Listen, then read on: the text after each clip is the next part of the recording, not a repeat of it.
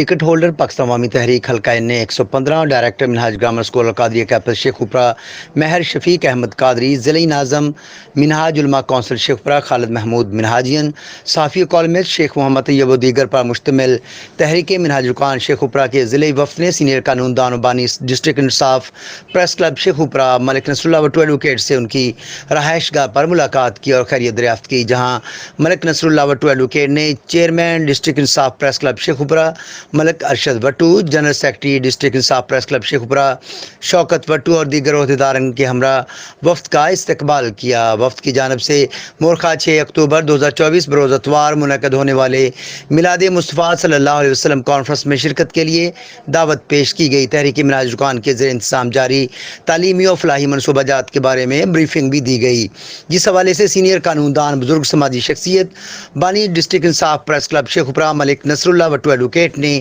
وفد کی آمد پر شکریہ ادا کیا۔ اس موقع پر ملک نصر اللہ وٹو ایڈوکیٹ کا دوران گفتگو اظہار خیال کرتے ہوئے کہنا تھا کہ ملک میں جمہوری اقدار تباہ ہو چکی، اب نظام کو بدلنے کی اشد ضرورت ہے۔ بانی تحریک منہاج رکان ڈاکٹر طاہر القادری کی آفاقی سطح پر بطور مبلغ اسلام اتحادی امت کے لیے کاوشیں قابل قدر ہیں۔